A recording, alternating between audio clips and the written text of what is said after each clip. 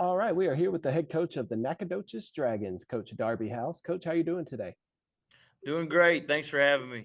Absolutely, absolutely. So you're going into your second year at Nacogdoches, but let's talk about your first year. Last season, a 3-7 overall record. But I'm sitting here looking at some scores: a 3-point loss to White House, a 3-point loss to Pine Tree, and a 5-point loss to Mount Pleasant. Those games go the other way. This season looked completely different. So just tell me a little bit about last season.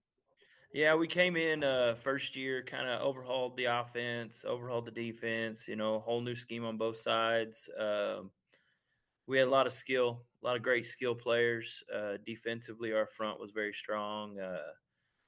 Took advantage of some of the things that we do a little different than they've done in the past. We spread the ball around. We threw it. We took advantage of our of one of our dudes last year, Jalen Brown.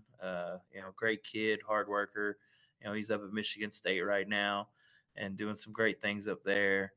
Uh, Mikael Lockett was a dynamic quarterback for us. In his first year starting, and I think that we ended up breaking like 4 or 5 school records and different things as touchdowns and touchdown passes and on the offensive side. And we improved a lot from the previous year, but can always get better. If we were 11 points better, our season would have been just a little bit better and a little taste a little better. And now we would have played. Texas High with some meaning to that game and whatnot. The it's a different season when those things happen. Defensively, we had a great front seven. We really thought we had some great pieces. Andrew Rogers and Braxton Jones are playing together at Southern Arkansas, and I expect both of them to play, if not start, this year.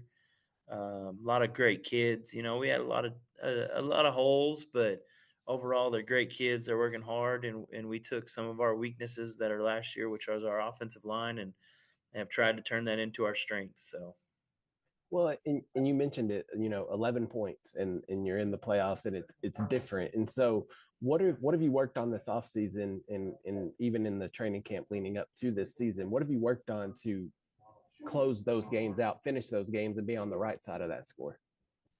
part of and I wouldn't say part of the problem, but one of the big things that you have to learn is, you walk before you crawl. You crawl before you walk, and then you walk before you run. And so last year at times, we would stick our toe in the water. We were nervous about doing some things, and then we finally realized, hey, we can compete and we can play with anybody.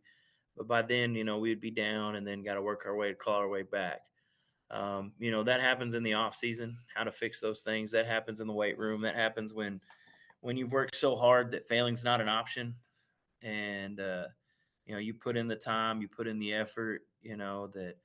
That sometimes it's just not worth it to fail because I put so much work and so much effort into this that I'm not going to allow it to happen, and I'm not going to. And so focusing on those things, those little things, and we take pride in it. We say every day that rent's due, and we go and we run about 10 gassers and get after it. But that's the kids. The kids tell me, I let them dictate how much is due each day.